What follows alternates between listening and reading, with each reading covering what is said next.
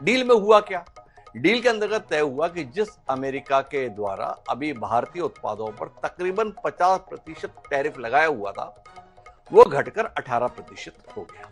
इसको उपलब्धि के तौर पर सत्ता पक्ष बता रहा है।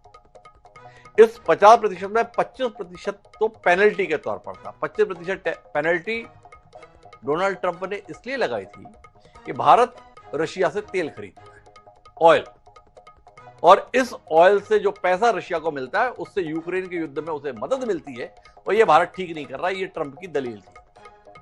ट्रंप का दावा है कि भारत ने अब रूस से चूंकि तेल खरीदने से अपने हाथ रोक लिए हैं, इसलिए अब हम ये पेनल्टी हटा रहे हैं।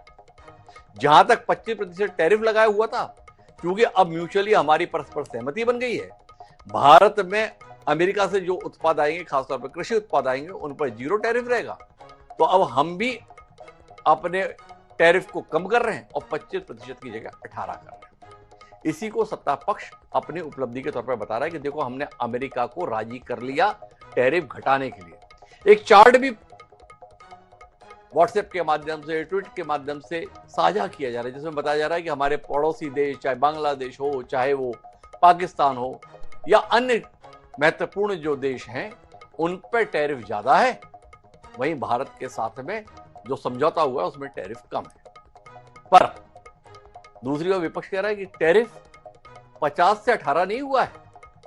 जो अभी तक 3-4% हुआ करता था, वो 3-4% टैरिफ अब 18% हो गया है।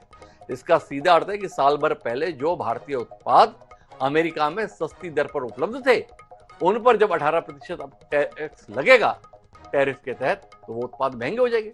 उत्पाद महंगे हो जाएंगे तो तय बात है कि उनकी सेल में कमी आएगी, और कमी अगर आएगी तो भारतीय व्यापारी और किसानों को नुकसान होगा। तो सबके अपने अपने दावे हैं।